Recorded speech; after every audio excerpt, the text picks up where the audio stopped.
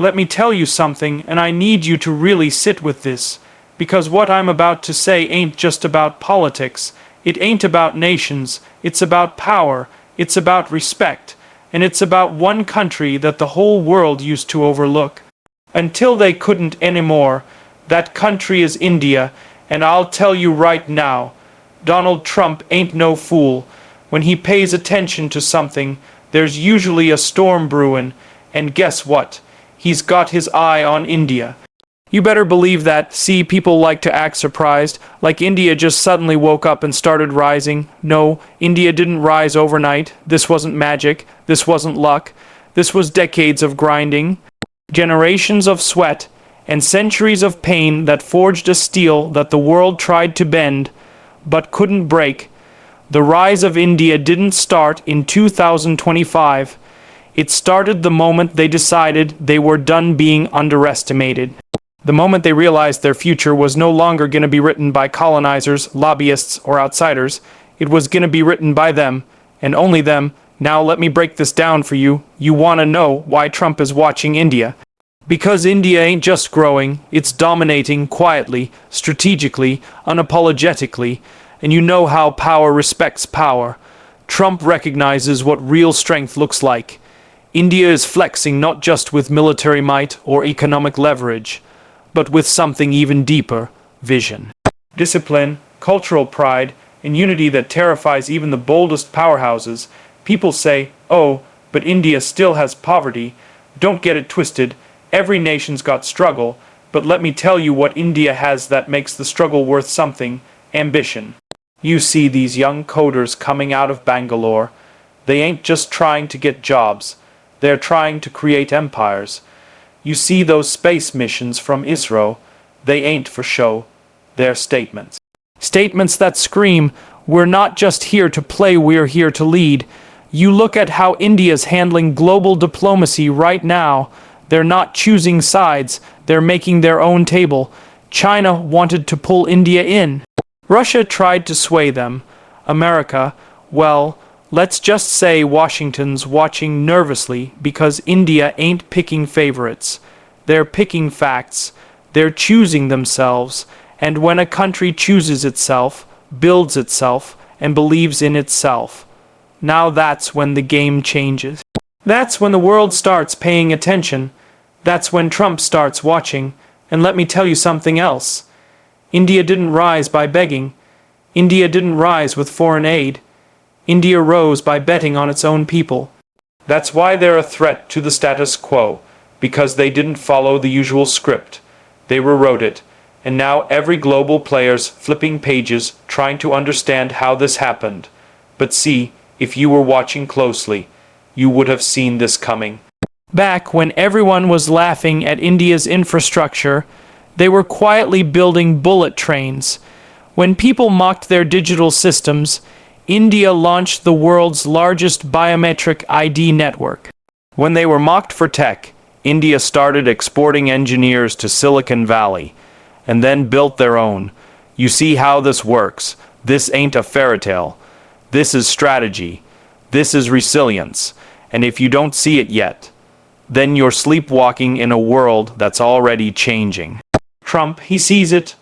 Oh, he sees it. That man knows what dominance looks like. He knows what business smells like. And India's looking like the next big investment, the next big military partner, the next big power to either deal with or be dealt by. See, you gotta understand Trump's mind. He don't care about flattery. He don't care about loyalty unless it benefits him. But what he does care about, deeply, is leverage, and India's got leverage now. In defense, in tech, in trade, in manpower. That's why the man's paying attention. It ain't about liking India. It's about respecting India. Because respect, that's the currency Trump trades in, and India. It's cashing checks right now. Let's talk about the military. India's no longer sitting back. They ain't waiting for global coalitions. They're conducting their own drills, modernizing their own arsenal, and sending a message that if push comes to shove, they'll defend what's theirs, and then some. The Agni missiles, That's not just firepower, that's deterrence. That's India saying, we see you, we hear you, and we're ready for you. And the neighbors, oh, they feel it. Pakistan, nervous, real nervous. China, smiling on the outside but biting their nails behind closed doors, because India's not just talking tough, it's walking it. Step by step, border by border, and the whole world's watching, including Trump. Especially Trump, because he knows war ain't just fought with weapons. It's fought with position, with economy, with influence, and India's got all three moving in the right direction. Now, let's not ignore the economy, because that's where the real game is. India's the fastest growing major economy right now, and it ain't just because of cheap labor, it's because of innovation. They've got unicorn startups launching faster than folks can keep track of. They're tapping into AI, quantum tech, renewable energy, and defense manufacturing. And they ain't outsourcing dreams, they're building them at home. Trump sees that, and it shakes the American boardroom. Because this ain't a competitor trying to catch up. This is a new player building a new game, and you know what? India ain't looking to play under someone else's rules. They're writing their own rulebook. That's what power looks like, and it ain't just about tech and military. Let's talk about the spiritual backbone. India ain't forgotten its roots. While the West is busy debating identity, India is embracing tradition, family values, spiritual depth, and national pride. That cultural cohesion, that's dangerous to systems that thrive on confusion. That kind of unity, it terrifies fragmented societies. You better believe that. Because see, when a country knows who it is, where it came from, and where it's going, that's when you can't stop it. That's when the winds shift. And India, it knows exactly who it is. A civilization that's older than most empires, and smarter than all of them put together. Now, let me tell you this. India's rise ain't comfortable for everyone. Some people liked India better when it was quiet, when it stayed in the background, when it asked for permission, but those days are done. India ain't asking anymore, it's acting boldly, decisively, proudly, and that's what Trump and the rest of the world can't ignore, because this is the rise of a country that didn't wait for opportunity. It made its own. This is the rise of a people who didn't fold under pressure, but rose from it. And now that rise, it's shaking the very foundations of geopolitics. So don't be surprised when you see headlines, when you hear the whispers, when you see leaders lining up to meet India's prime minister. That ain't about courtesy. It's about calculation. They know, they all know. India ain't a pawn anymore. It's becoming a king on the chessboard, and every move it makes, it's being watched, recorded, and respected. Trump, he ain't just watching from the sidelines, he's strategizing, because in his world, allies are leverage, and right now, India's the biggest leverage on the table. You don't ignore that. You don't overlook it. You adapt, or you lose, and Trump, he's not trying to lose, so he's watching closely, very closely. But let me flip the script one time, because this speech ain't just about India's rise. It's about you. It's about what you're gonna do when the world changes. Are you gonna watch history happen? Or are you gonna become a part of it? Because India's story, that's a story of transformation, of ownership, of standing up and saying enough is enough, we decide what we become. And maybe that's what you need to do too. Maybe it's time for you to stop asking for permission, stop playing small, stop waiting for the world to notice you. Maybe it's time for you to take a page from India's playbook and bet on yourself, build yourself, believe in yourself, even when the world doubts you, because let me tell you something, people gonna doubt you. Just like they doubted India, they gonna laugh, criticize, try to contain you. But if you got heart, if you got purpose, if you got vision, you rise anyway, you rise even harder, even louder, even stronger. And one day, those same people who laughed, they'll be the same ones watching. just like Trump, just like the world, because when a soul decides it's time to rise, nothing, and I mean nothing, can stop it. So let India's rise be a reminder, a wake-up call, a lesson, not just in geopolitics, but in life, that no matter where you start, no matter how deep the odds, no matter how long they've written you off, you still get to choose your ending. You still get to rise, and once you do, the whole world pays attention, even Trump, even the doubters, even the ones who said you never would, because when power walks into the room, it don't need to announce itself. It's felt, it's feared, it's followed, and India has arrived. It marked the birth of India's assertive military doctrine backed by innovation. That one sentence carries the weight of a silent revolution that's been years in the making, hidden behind decades of geopolitical restraint, underplayed by media optics, and underestimated by world powers focused too long on the same old centers of gravity. But now the ground has shifted, and this time the tremor started not from the west or the east, but right from the center of South Asia. India isn't just making headlines, it's making doctrine, and it's doing so with a new playbook the world never expected. The global perception of India for much of the 20th century was that of a reactive power, a country that maintained non-alignment during the Cold War, that sought diplomacy over confrontation, that relied on traditional partnerships instead of rewriting the script. But behind the scenes, as the world laughed or ignored, India evolved. It watched, it learned, it adapted, and when it finally began to flex its military, industrial capacity in the 21st century, it wasn't loud about it. It was calculated, patient, and surgical. You see, this wasn't just about acquiring jets, tanks, or satellites. This was about building an ecosystem, one that was entirely sovereign, one that couldn't be held hostage by foreign supply chains, one that answered to no one except the people of India themselves. That shift began with a philosophy, Atmanirbhar Bharat, self-reliant India, but in the defense space, it became something far greater.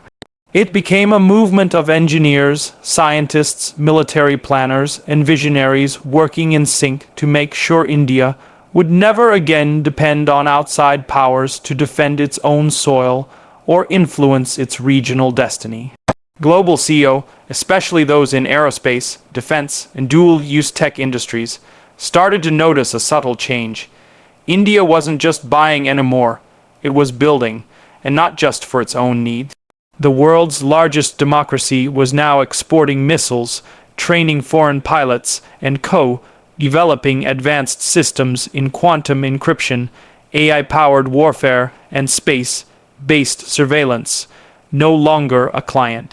No longer a follower, but a leader, a partner, and in many ways, a silent architect of the new world military economy.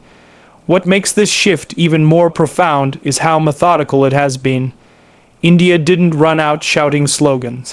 It didn't seek to shock the world with overnight change. It started by fixing its fundamentals, streamlining its procurement processes, pushing out legacy corruption in its defense sector, modernizing its bureaucracy to allow private sector participation, opening the doors for startups to design unmanned systems, drone swarms, and cyber warfare tools.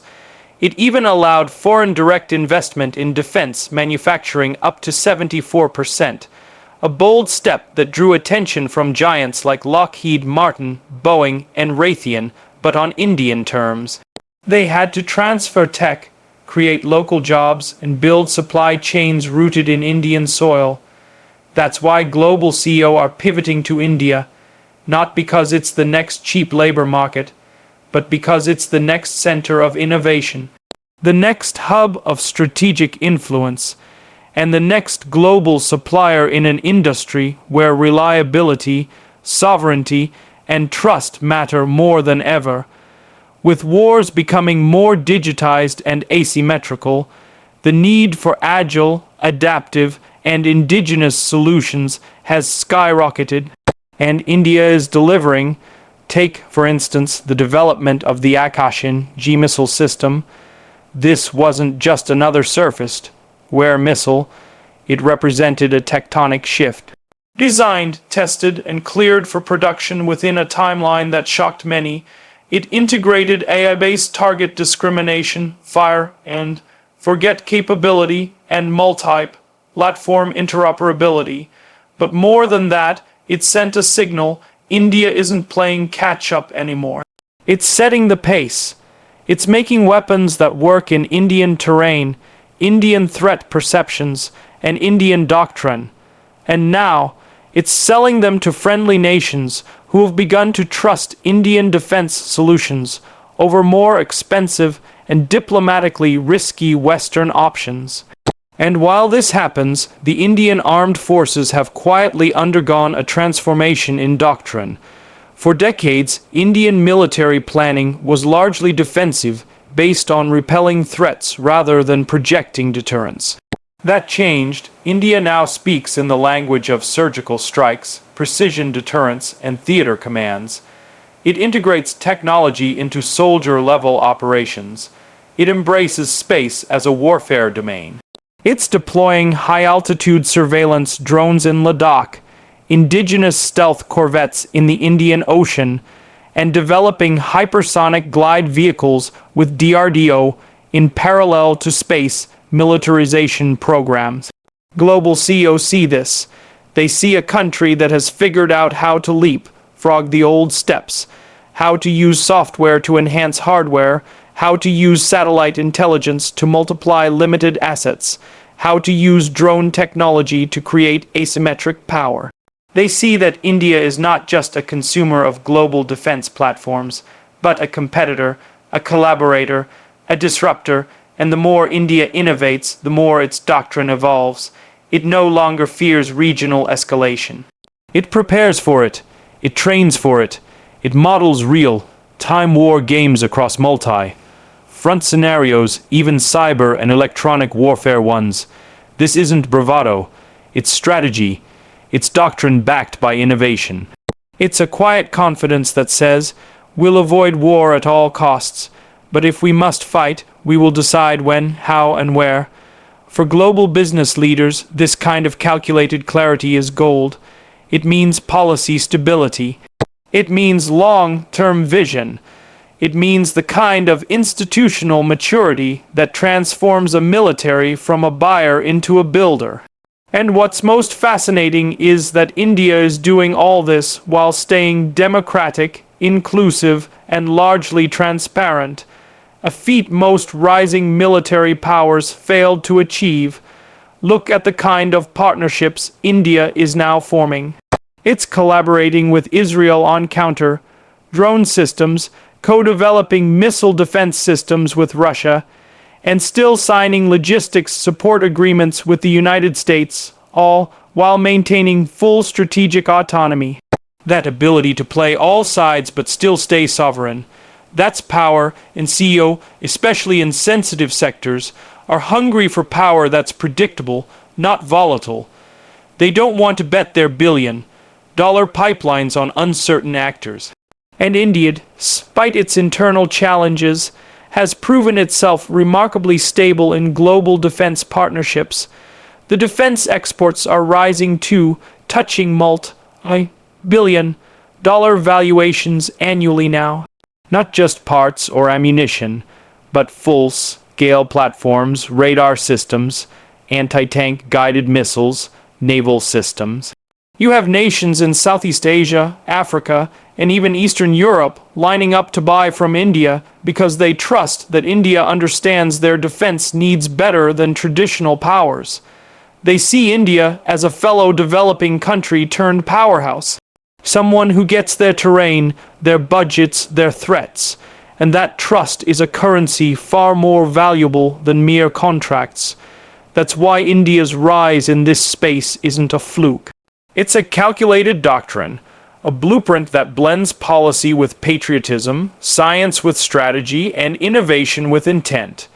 It's the long game, a doctrine built not on theatrics, but on timelines, talent, and truth.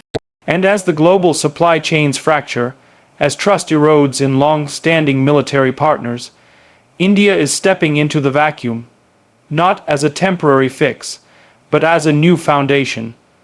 Because at the end of the day, what global CEO want is sustainability. They want vision backed by skill. They want a government that isn't just throwing money at the defense sector, but building the future of warfare around next-gen tech. And that's exactly what India is doing, building a force that's integrated, intelligent, and indigenous. A force that reflects the thinking of 1 billion people who have tasted resilience and turned it into resolve. India's defense doctrine is no longer about playing second fiddle to larger powers. It's about leading with purpose. With pride, with precision, and global leaders, whether in boardrooms or bunkers, can't afford to ignore that anymore, not because India is loud, but because it's effective, not because it demands attention, but because it commands respect. Through results, through reliability, through real innovation, homegrown and hard-earned,